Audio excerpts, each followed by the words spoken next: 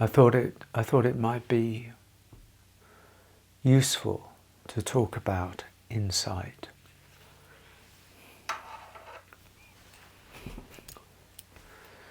Insight. To see inside. To bring the light to inner seeing. Without insight, nothing transforms. Without this inner seeing, the bringing the light of awareness inside, into, in effect, the darkness, into our innermost, nothing really changes. This is the nature of awareness. When awareness is pointed within. Insight is crucial.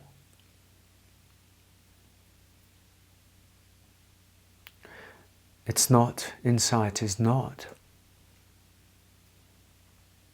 just thinking about ourselves. It's not bringing the rational mind to ourselves. It's not the attempt to fix ourselves, nor is it even really the attempt to understand ourselves, although there is an element of that in it. There's some other quality of insight, to see inside, which has more of a reflective, open, contemplative aspect to it. This is where we fall deeper into a kind of awareness, the relaxation of awareness. And in that opening, so we begin to have insight into ourselves primarily, into our patterns, into the nature of what we're doing and why we're doing it. I don't mean on the external level, I mean what inner motivations, what inner patterns, what inner even unresolved issues are driving the bus of our lives. Why are we doing what we're doing? What do we truly believe? You can't really find out what you truly believe, because what you truly believe is what's driving you. But you can't really discover that without insight. And insight tends to come through experience of success and failure and trying to work it out and stumbling and falling and being confused and not knowing and then having a moment of clarity and then falling into the confusion again, etc., etc. But by and by we start to get some insight. That's the nature of why the word is so powerful. Insight. To see inside. To see with the eyes of awareness inside our own condition. And in effect, that insight starts to become insight that we see in the world, that we bring to the world. And it's very powerful to see the world clearly. I don't mean the shenanigans that go on in politics or the devious nature of the political arena, for example. But you do get to be able to see into people, to see into people, inside. This comes through experience, through grace, through wisdom, through contemplation, through recognition, through allowing, through almost letting go of the fixer and allowing ourselves to fall into a deeper place, so that in that deeper place we start to notice ourselves, and the willingness to notice ourselves starts to bring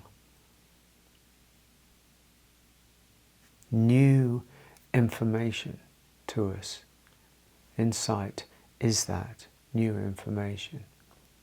I see what I'm doing. I see why I feel discomfort around this. I see why how my life has unfolded in this way. You see, the insight isn't, it's not cold, it's not sterile, but neither is it over-emotional. It's actually quite deeply considered.